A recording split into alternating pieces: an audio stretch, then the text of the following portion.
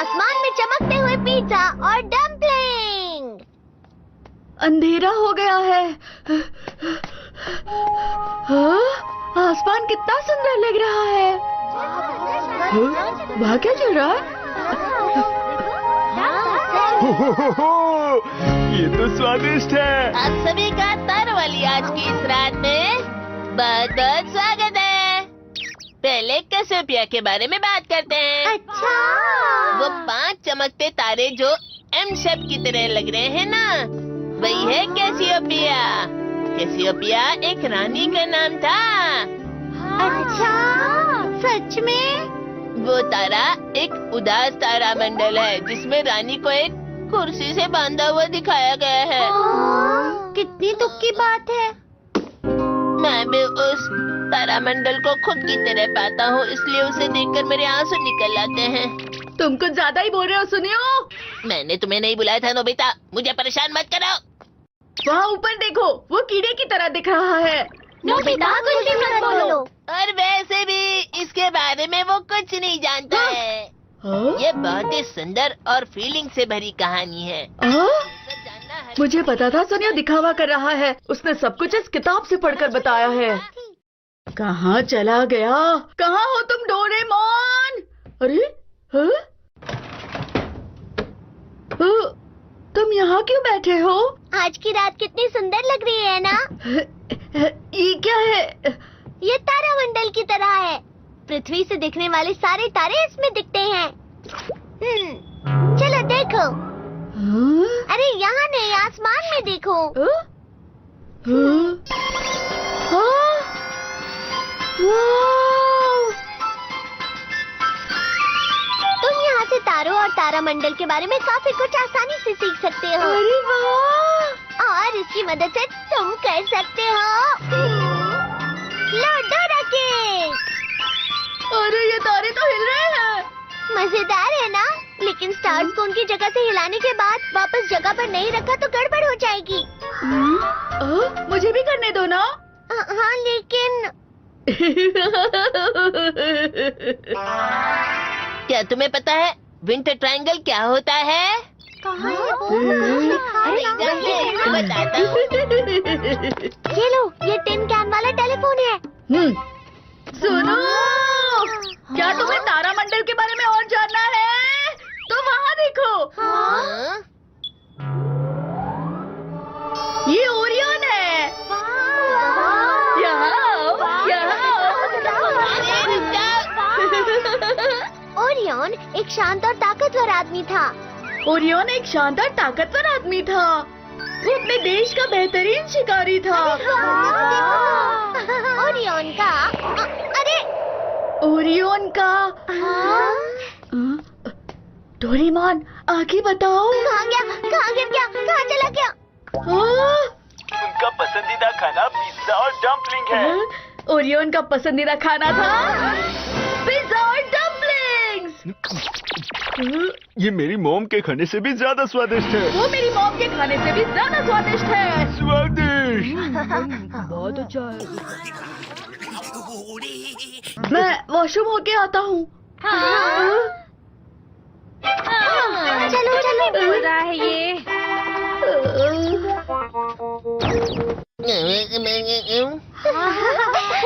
सुनो सुनो, मैं क्या कहता हूँ, सब लोग सुनो।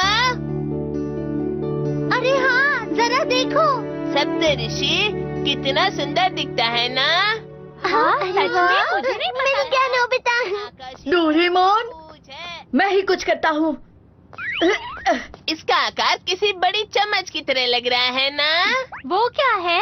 हाँ? क्या हो रहा है? ये सब क्या हो रहा है? अरे नहीं नहीं नहीं नहीं, ये क्या हो रहा है? अरे मैं तो आकाश गंगा की बात कर रहा हूँ, समझी? फिर से ऊपर देखो ना जरा। कैसियोपिया के बगल में एंड्रोमेडा है, जो एंड्रोमेडा की राजकुमारी की दुखी कहानी से जुड़ा हुआ है।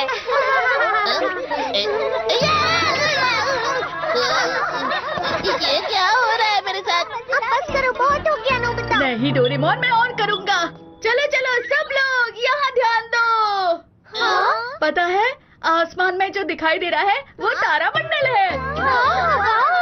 ये उस लड़के का तारामंडल है जो हमेशा दिखावा करता रहता है और दूसरों का मजाक उड़ाता है। ये तारामंडल बहुत स्वादिष्ट दिखता है। ये पिज्जा है। और मैंने कभी पिज्जा तारामंडल के बारे में नहीं सुना है और ना ही ऐसा कोई तारामंडल है। तुम्हें क्या लगता है सिर्फ तुम्हें ही पता है क्या? अब क्या करूँ? रुक जाओ, हमें बताओ।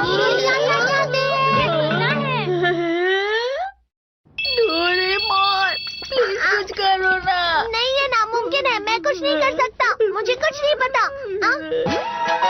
बहाने वाला बाल। इसके साथ भले आपसे कुछ भी पूछा जाए, आप अच्छी तरह से बहाना बना सकते हैं।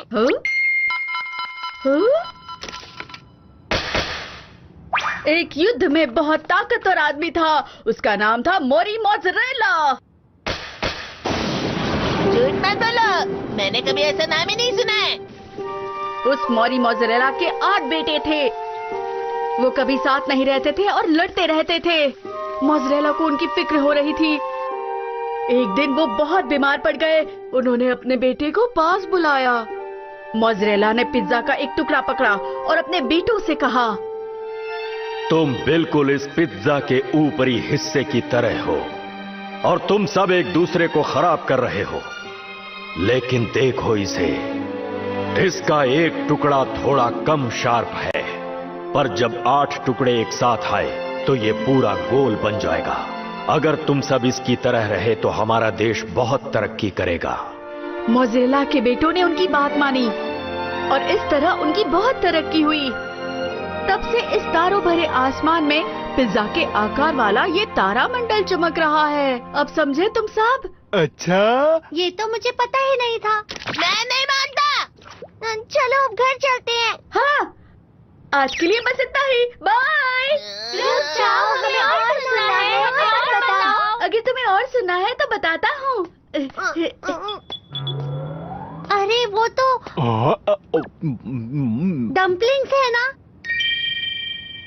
डम्पलिंग सबको पता होगा, लेकिन ये नहीं पता होगा कि तारामंडल में इस डम्पलिंग की एक बहुत ही दुख भरी कहानी है। दुख भरी कहानी। बहुत समय पहले एक बहुत ही ऊंचा पहाड़ था। एक अंकल और आंटी वहाँ बहुत ही खुशी से रहते थे। क्या डम्पलिंग वाले? अच्छा होगा अगर तूफान ना आए। ओह, आप भी ना? ठीक है, अगर तुम बर्फ में जम गई तो मुसीबत हो जाएगी। ऐसी कोई कहानी नहीं है। परेशान मत करो। क्या कहा? बर्फ में वो लोग बिल्कुल अकेले थे। अरे अरे वहाँ देखो। उन्हें एक बूढ़ा आदमी मिला जो रास्ते में गिरा था। ये तो बहुत बुजुर्ग है।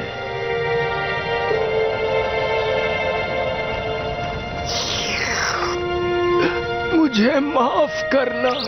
उन अंकल आंटी ने उस बूढ़े आदमी को गर्म पानी पिलाया, लेकिन वो ठीक नहीं हो पाए।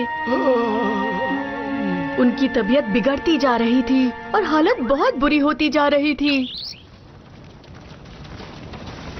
सुनो, तुम इनका ध्यान रखना। ओ नहीं।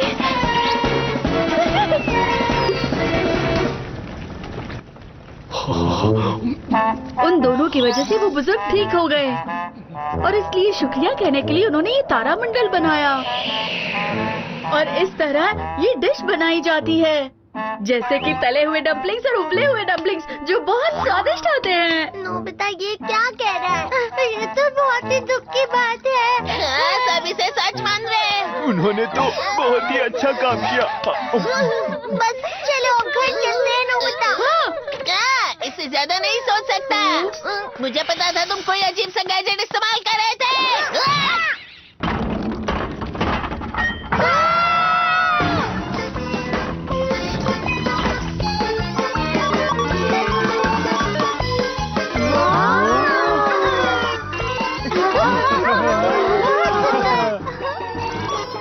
ये तुमने क्या कर दिया सुनियो?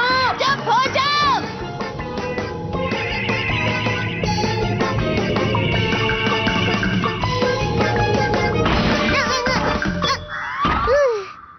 चलो अच्छा है, आसमान पहले की तरह हो गया। अरे सब एक तरह अजीब तरह से घूम रहा है। ये तो अजीब बात है।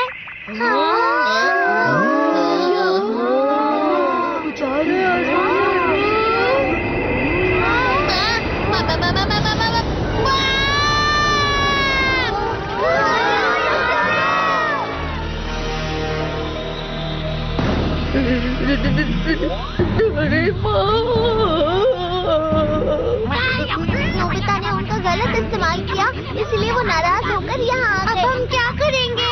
एलियंस के सामने कोई भी बहाना नहीं चलता। मैं तो सिर्फ कह रहा था, मुझे प्लीज माफ कर दो।